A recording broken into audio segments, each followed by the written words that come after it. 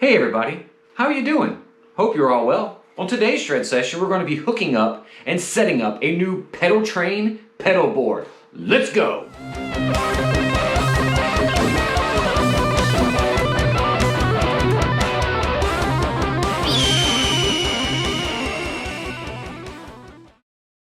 Alright, so step one for this project, I actually have my old pedal board right here that I'm going to be transferring the pedals from to my new pedal board. If you find yourself in the same situation, just a little tip, I always like to draw a little map of how everything's kind of hooked up. Don't mind my handwriting. That way when you go to hook everything up on your new pedal board, maybe you won't be confused, especially when I keep it kind of the same. So, nonetheless, let's jump into it and start taking these pedals off.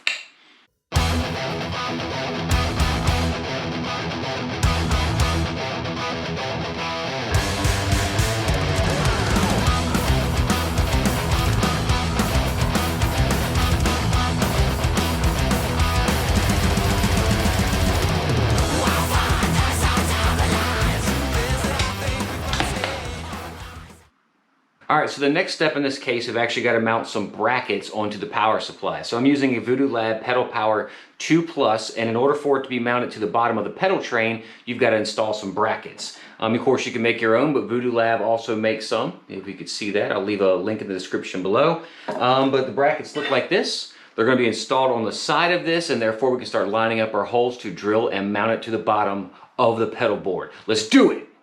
Alright, so the brackets actually come with instructions. I always advise you to look at those, but your bracket should actually look like this, because that way it's actually going to sit to where the plug's going to be facing out on the pedal board, and it mounts that way, and plus also you can have your access to your dip switches. So hopefully to help you further visualize it, when it's upside down, the little top of the bracket or bottom of the bracket, how you want to look at it, goes over the top there. So what we have to do now is take the housing screws out and they mount these on there just like that.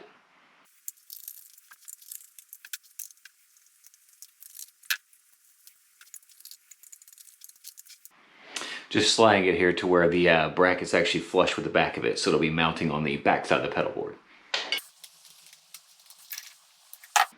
All right, one side down.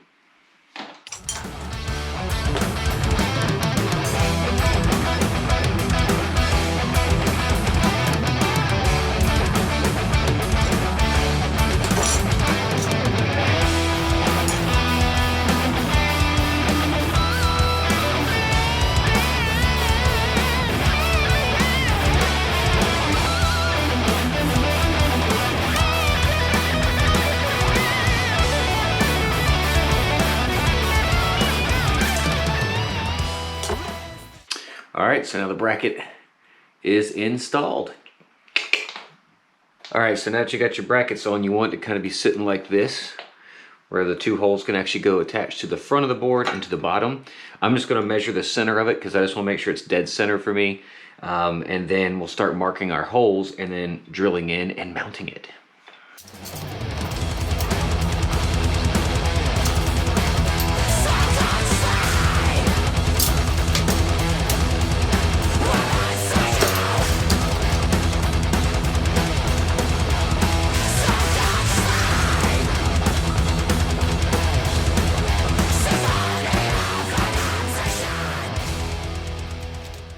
Alright, so actually this kit comes with these self-tapping screws, self-drilling screws, however you want to look at it, so you don't need to actually pre-drill anything. So all the holes that we just marked off with the pen, we're just going to take the drill and drive these directly into those. Just taking your time, make sure you keep your arm steady, you'll be alright.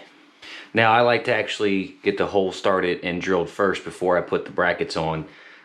Just makes it a little bit easier just to get the hole started.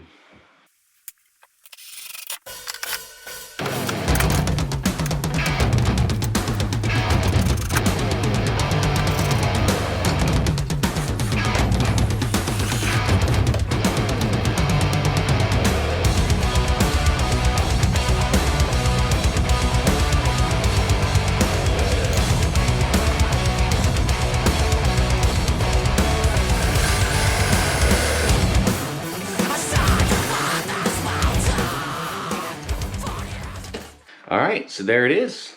Now that it's mounted, always make sure that there's enough spacing for your cord to go through, and you get that extra 120 volt output there. So Pretty cool, looks good. So now starts the fun part, which is prepping this thing to put some Velcro on the top so we can start kind of mapping out where we want to put our pedals. So we're gonna do that now. Basically you wanna get some household cleaner, some general cleaner, or if you got some alcohol wipes, and you wanna clean all the rails off to make sure that it's good to go. So when you put on your Velcro, it'll stick and it will stay. So let's do that now.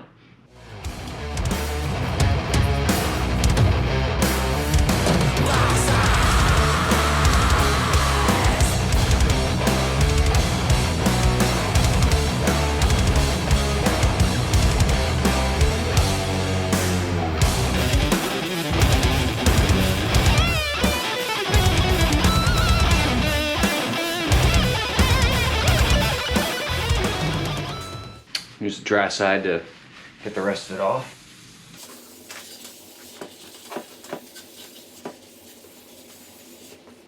All right, so now we're going to stick our Velcro on there. It's up to you whether you want to put the spiny side down there or the more furry side. I've already got the hard hook side on the back of my pedals, so I'm going to put the more felt side, the soft stuff, down here on the board.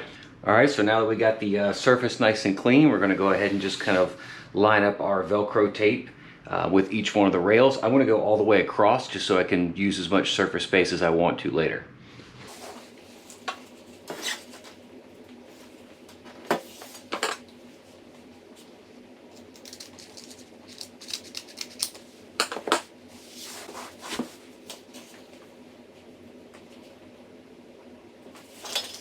So I don't know exactly how much of the Velcro they gave me, so just to be on the safe side, I'm going to cut the strips first because I actually have some spare stuff I had from a last project just in case I need to have some extra, so we're going to do that now.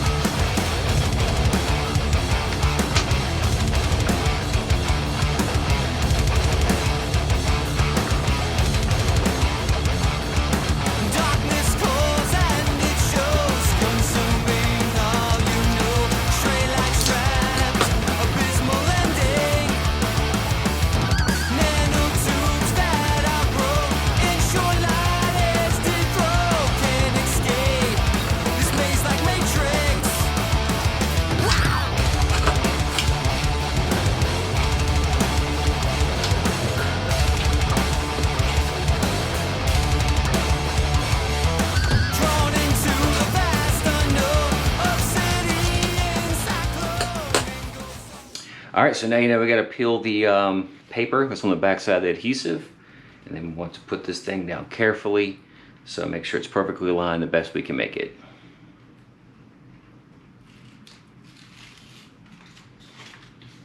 What I kind of like to do is just pull a little bit of the tape back like this. If you can see that, let's make sure you can see it. And then kind of start it there, and then I pull the tape as I go just to kind of keep it aligned so I can have more control.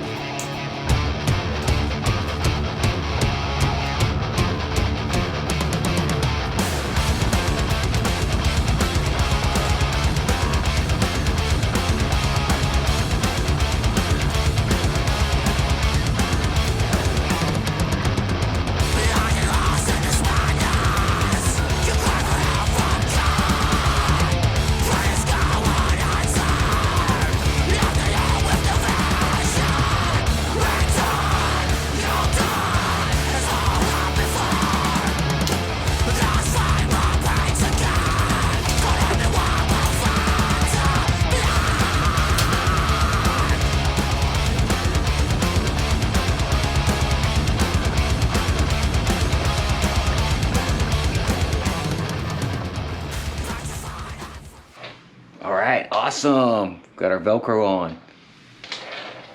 All right, so I've got my pedals the way that I think I want them to be and to stay. So, you know, still I might have to make some minor adjustments, just depends on how it is, but I think it's cool. Good separation between the pedals, kind of like a staggered look, so it makes it easier on stage to kind of see which pedal you're slamming on. So the next step now is to start wiring it up. What I'm going to do is actually run all the power cables first. We'll clean the cables up later, but I actually wrote down which ones went to the previous pedals, so I'm just going to start running the power cables from the power supply, and yeah, fun stuff. Let's go.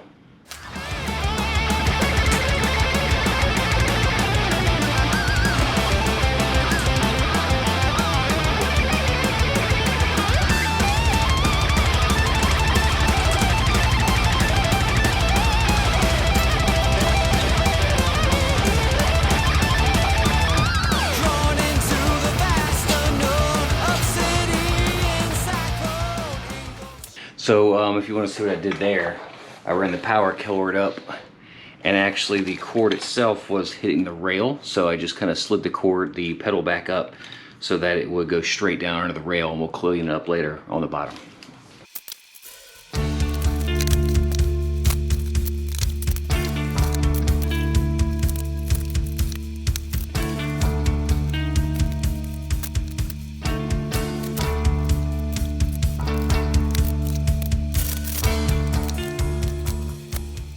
Alright, so I am going to be using Curlin patch cables. Awesome company, super reliable, super affordable. Check them out if you never have. I've been using their cables for years and they've never let me down. So I've got this typical 90-degree style right here, and they've also got this kind of pan circular head. So I'm going to use a combination of those because it might be kind of different between the pedals and how they hook up, so we might have to make some adjustments. So let's do this. Alright, so I'm going to show you my approach to this. I'm going to have a few pedals that are going to go in front of the amp and a few pedals that are going to go in the effects loop. So the pedals in front of the amp are going to be my wah pedal, my Mesa Boogie Grid Slammer Overdrive. I'm actually going to have the Decimator 2 G-string, which is going to be noise suppression in front of the amp and in the effects loop. So going into there, and then finally I have a Shure wireless system. Forgot the exact model number, but basically it's a wireless and a tuner as well that goes on your pedal board. So I'm going to focus on hooking those up first, and then we'll start working with the effects loop.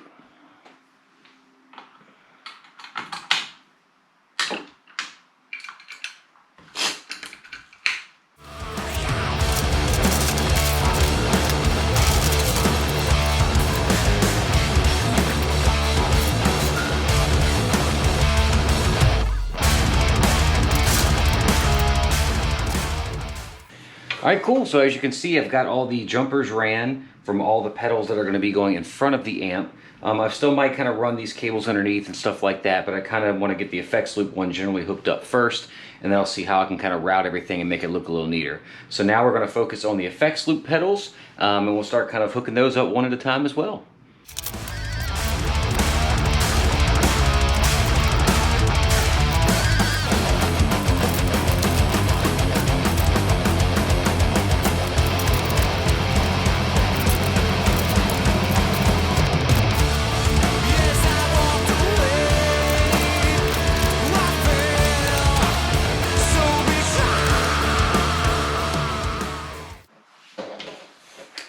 Alright, so now I think I have everything hooked up, if I'm not mistaken, except for the cables that are going to go to the front of the amp, input, and into the effects loop. So I'm going to grab those real quick, and before I start kind of routing cables and tying cables up, I just want to make sure it works. So let's do that first. Alright, so I'm going to use what they call the 3-cable method. I have 3 Curlin cables here. The first one, the green one, I'm going to use to go into my wah. And this will then go into the input of my amplifier. Then I have 2 more cables for the effects loop. I always keep the red cable for the return, so I know that's where it goes, and then I have the gray for the send. So I know that the send is going to go into the decimator here, and this is going to go out to the effects loop, and then I'm going to have this cable going into the Earthquaker harmony pedal. It looks like I'm going to have to do some adjusting because I want the cables to go flat.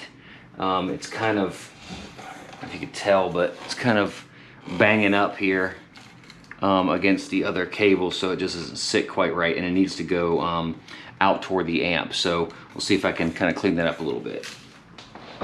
Alright, so I think I have all my cables hooked up. This is awesome. So what I'm going to do now is just do a quick check on the amp to make sure that everything is working and hooked up correctly. And then we'll kind of go into the next step of kind of cleaning the cables up a little bit, tying them together so everything kind of flows a little nicer. All right, so I'm back from testing everything, and this will prove the importance of that. So I was realizing I was having some problems with my ISP Decimator 2 G-string. I actually called ISP, and we think there is an issue with the pedal. They were super cool about it though. I actually bought it used on Reverb, and they said the serial number should still be under warranty. They would look at it and fix it for me, so props to them. But if you're not familiar with this pedal, basically what you can do is run noise reduction in front of the amp and the effects loop at the same time.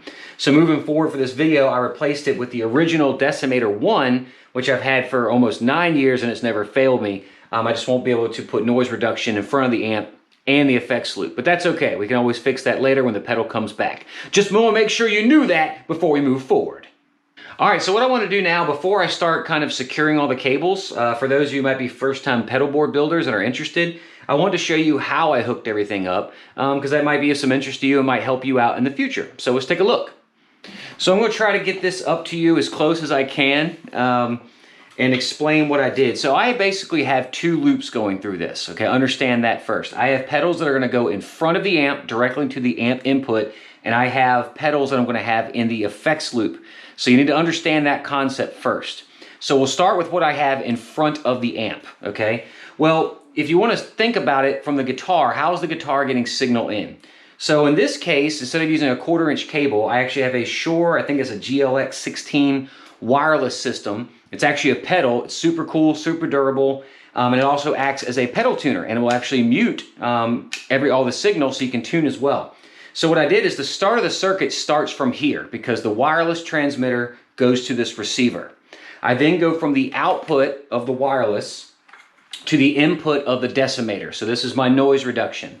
I then run another cable that comes out of the decimator on the output side, and then it goes to the input side of my overdrive. And for right now, I'm using the Mesa Boogie Grid Slammer. Heard a lot of good things about it. I'm digging it so far, so it's going on the board. I then go from the output of the Mesa Boogie Grid Slammer into I just have an original old school Crybaby Wah, the original one. And because I use it not very often, but you know, it's still kind of cool to have, especially if you're just kind of shredding or something. Once I come from the output of that to the input of the pedal, it goes to the output of this pedal. The other side, as you can see, is actually a 1/4" Curlin cable, and that cable's 20 foot long and goes straight into my amp input. So therefore, that's my first loop. That's everything that's going to go in front of the amp. There's lots of reasons for that. We won't get into that for that video, and a lot of people like to argue what pedal goes where. But for me, this is how I have it set up. It's always worked for me. I just want to show you how to run the cables if you've never done that before. All right, so now what I want to discuss is how I have the effects loop hooked up. So we're going to start just right from the beginning in case you've never done this before. So on an effects loop on your amp, you're going to have a send 1/4" input jack, and you're going to have a return, okay? And essentially what you need to think in your mind is that you're making a full loop, okay, that you're going to put inside your effects loop. You got to send signal in, and you got to return that signal back to the amp so that it works. So what I've done here is I have a 1/4" Curlin cable. This cable right here is coming from the effects send of my amp. That cable then goes to the input jack, okay, of my delay pedal. I'm using the Wazacraft Boss delay. It's great. Then from that, you go to the output side of that pedal, and you start chaining them all together. So then what I have now is I have the output going to the input of the Corona chorus, kind of fitting for the times, right? And then from there, I go from the output of that into the input of my Ghost Echo Earthquaker reverb. Then I go from the out of that into the in of a harmonizing pedal. This is the Earthquaker Pitch Bay. I really dig it. A lot of harmonizing pedals out there, or pitch shifters. This one works really well for me. So once I've come there and I come out of the reverb into this pedal, to the input, that is the last pedal in the chain. So then what you do is you go from the output of this pedal, and I use a red Curlin cable because it helps me remember red for return. So if it's a dark stage or something, it's just it's something that helps me as a quick cue. So then this cable goes back to the return of the effects loop. Hence, when you've got all that done, you've now created a loop through the pedals, through the amp, and now you can utilize it. So it's up to you how you want to arrange the pedals, the orders. You can always play around with it a little bit and see what sounds better, maybe it has different impacts. But that's how I've hooked mine up, and it's always worked for me, and so that's how it's done. And lastly, before we move on, I just wanted to address this in case you were wondering what this pedal was. This is actually the foot switch for my Mesa Boogie Badlander. So this switches between the channels. Me personally, and I would always recommend to people, if you have a foot switch for your amp, if you got room on your pedal board, hey, go ahead and attach it up there. Why not? Because for me, it's easy. I whip this thing out, I plug everything up, and now not only my effects in place, but also my foot switch is in place in one easy to find location. So just a little recommendation and just a heads up in case you were wondering what this was.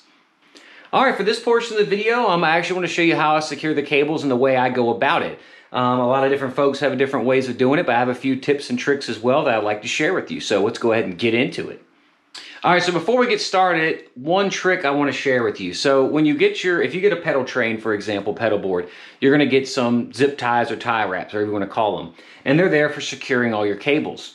You can do that. There's nothing wrong with that. But what I'm going to tell you is that for me, from years of experience on the stage, it is not uncommon where something isn't working like it's supposed to.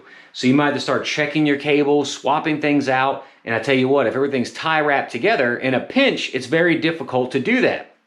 Now you got to find a wire cutter or a knife. It might be dark on the stage. You might cut a cable. It's craziness. So what I recommend everybody do first off is get these Velcro cable strips. I don't have the exact product number. I'll try to look it up and put it in the description below. But basically you can get them on Amazon or anything. They're pretty cheap. What these are here, and you usually get them on new cables, they actually just kind of tear apart. And what you can do is they rip, and you can wrap them around the cables and then pull it through, and it's got Velcro on it, so it'll actually attach. I like these much more because in a pinch, I always bring extra cables to a show. You can easily troubleshoot. If you're like, holy crap, I got a bad cable, then it's very easy just to pull this off, swap out the cable, and the panic and the problem is avoided. So that is one of my recommendations before you get started, is to pick you up some of these fancy-dancy Velcro cable ties. All right, so what we're gonna do now is we're gonna start securing the cables. I like to flip the board over and start with the bottom, because that way if there's any cables that maybe have crossed up, you can fix those first and identify those issues before you secure the top ones and have to fix them on the back end. That's just me. But before I do that, what I'm gonna do is, I showed you earlier in the video, I actually had the effects loop and the 1/4-inch cable going to the amp already hooked up. So I'm gonna unplug those to have a little bit more freedom of moving the pedal board around. And I'll actually pull out the power cord too to the power supply, just so it doesn't get in our way. All right, and then I also got to disconnect the foot switch. That'd be a good start too, right? And now we're gonna flip this puppy over. Try to do it as cautiously as possible, and take a look underneath. So hopefully you all can see that. I know it's kind of difficult there, but that's what you got. So what I'm gonna do now is I'm gonna go through the process of just going through all these cables, making sure nothing is crossed up, and then I'll kind of align them the way I think it looks good, and then we'll start putting the cable wraps on them. So this is what I was talking about. If you can see here, it's kind of difficult because this cable's black and this cable's purple, but these two cables cross up with each other on the bottom. So I'm just gonna simply pull out the cord, unwrap it, and there you go. So no more problem there.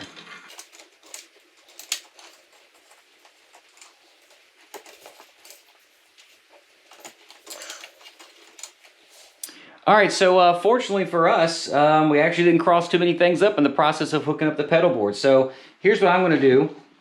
I'm gonna take one of these Velcro cable ties that I was telling you about. And what I like to do now, a lot of people like to actually run them. There's a couple methods you can do to run them along the rails on the bottom to make them look even better. I don't have those things there. There's actually little things you can do with tie wraps that'll actually stick to the bottom. You can slide the tie wrap through and loop them. I don't have that. Doesn't mean we can't upgrade it later, right? Just the fun of having a pedal board. So all I'm gonna do is basically take all the power cables, because I don't want them to get scrunched up and caught up, like when you're moving around stage or it's sliding, you don't want a hanging cable and get caught on something, maybe inadvertently get pulled out. So the first thing I like to do is kind of bundle the cables in a nice manner, as best I can. Try not to create too much confusion, so that later if you do have to you know, pull them apart, then they're kind of easily to distinguish which cable goes where. And it's gonna be kind of tough because these cables are running everywhere, but just do the best you can to kind of make a cohesive little area here. And so this might not be the best job I've ever done in my life, but let's just kind of see if I can make it any better. And, you know, for now, I think this is going to work. Just see if I can kind of tighten them up a little bit, make it look a little more professional. I'm then going to take this wrap here, wrap it around these cables, slide it through the hole I was telling you about, pull it nice and tight, make sure it's centered over top of the cable so they're all captured, and then you just simply wrap this thing in a circle, and the Velcro secures. And now we have all of our power cables in one place. Now what you could do, I might do later, is you can take another one and actually wrap it around the rail so it stays put. But I have found if you do this, it's pretty effective, as long as it's not going to get hung up on something on the bottom of the board. But do make sure, so they don't slip on you, and I'll pull them back, do make sure it's on relatively tight. This is just Velcro, it's not going to do any damage to the cables at all. Just make sure you got a nice tight wrap on it, because you want to make sure you hold that down. Okay, so then we'll kind of start there, and then we'll just kind of flip the board back over, look at the different jumpers that we have, and start kind of aligning those up to look a little neater. All right, so here we go on the front end. So in reality, sometimes people like to run their cables on the top, and to be honest, if you got short enough jumpers, it kind of looks cool. I've got these multi-color curling cables, so they kind of look nice, but we'll just go ahead for the sake of really cleaning this board up. Let's go ahead and get these cables wrapped underneath. Now, the method in which you can do that, as you can see here, is you've got the different rails. So, you know, just do one cable at a time, because if you start pulling multiple cables, you might forget what went where. So start doing that. So what I'm going to do is I got this one cable that goes between the decimator and the tube screamer. And I'm just going to run that puppy right underneath of these rails and plug it in. Now, as you can see, it's not getting on the top of the board. And what's smart about that is I did notice the cable, when it was sitting on top, it kept getting underneath of my wah pedal. So, you know, one of those things that could happen live that would be a travesty if you were to cut a cable in half playing some wah. Okay, so now that I got that one done, I know where it's at. I've got this one jumper here. This is another curling jumper. I used all curling cables for this project, great cables. And what I'm going to do is kind of the same thing. I'm going to take this cable, run it underneath the rail, and you might have to fandangle the way the cord actually goes so it doesn't seem to want to damage it. And in this case, it's a 90-degree cable, so I might have to actually pull it out, plug it in here, and therefore the bottom of the jack is facing down into the rail so it won't get pinched when you're playing live or moving the board around. Then I'll come back up to the top side here.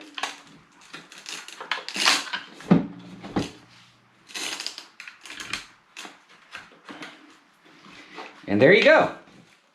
You can see that. So now everything's wrapped underneath of the rails, and I'm just going to continue to do that for all of these, and we can go ahead and watch it and go through it together.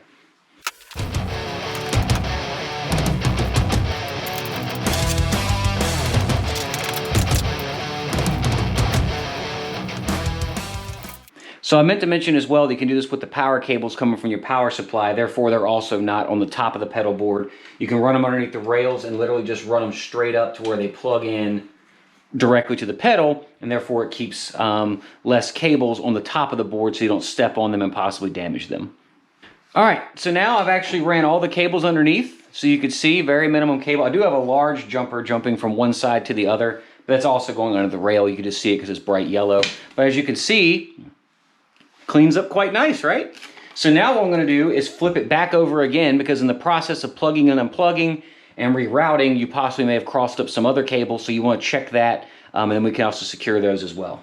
All right, so it looks like for the most part we did a pretty good job of not crossing the cables up, but what I want to do is I want to just kind of get all the patch cables clamped together where I can, just to pull them together and kind of get them from hanging loose if I can. So there is a couple cables that kind of cross me up from doing that, maybe?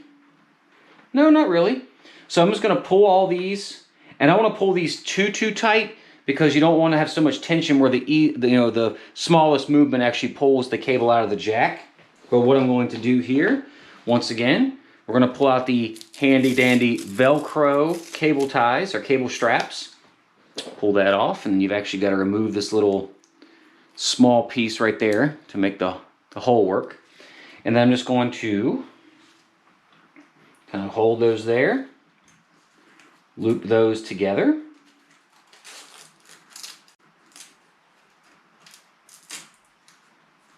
And you just literally wrap around. And there you go. You got all of those secured. And like I said, so future projects for this, I might actually try to route these cables along the rails, but for right now, I think this is going to work for me. So, so I've got this kind of stray cable here that's all out on its own. So just to keep it from really flopping around underneath, I am going to secure this one. Let me get my ties again. So I am going to secure this one kind of loose red rogue, if you will, to the back of this purple one, just to hold it a little closer into place, keeping it from kind of just flying out there. Okay. Now that we pulled it through, you just wrap it around, and like so. So now you got to kind of get something that looks like this. Still kind of looks a little crazy on the power cable side, but the way that I routed the cords, you know, leaves a little bit of room for them to play in case something gets moved or pulled. I don't want to have it so tight that there's no give in the cable at all, because you can just imagine what could happen in that case. So it looks like we have everything secured as we would like to, so let's kind of flip the pedal board back over.